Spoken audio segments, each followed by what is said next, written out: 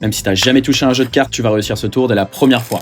Pour ce tour, avant de te présenter devant ton spectateur, tu vas venir mémoriser la 9e carte. Donc 1, 2, 3, 4, 5, 6, 7, 8, 9. Et la 9e ici, c'est l'as de pique. Maintenant, tu peux débarquer devant ton spectateur et par exemple faire un mélange américain où tu fais bien attention de laisser tomber les 9 premières cartes en dernier.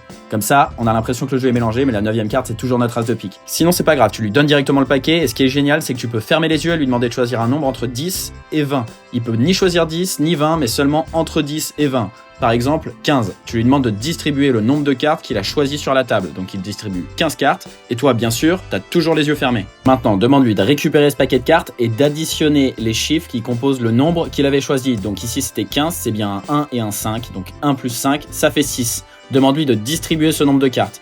Une fois que c'est fait, il mémorise la carte qui suit. En l'occurrence ici, ce sera toujours l'as de pique, la carte qu'on a mémorisée au début. Maintenant, demande-lui de bien mélanger le paquet et de perdre sa carte. Le tour est joué et t'as plein de manières de terminer. Tu peux le regarder dans les yeux et faire semblant de deviner la carte par la pensée, ou alors t'aurais pu l'écrire sur un bout de papier avant de commencer le tour, mais faisons quelque chose de plus stylé. Moi, j'aime bien lui dire que c'est impossible pour moi de retrouver sa carte. Par contre, s'il me donne ses 2 cartes préférées, elles peuvent retrouver sa carte. Mettons que ces 2 cartes préférées, c'est les 2 rois rouges.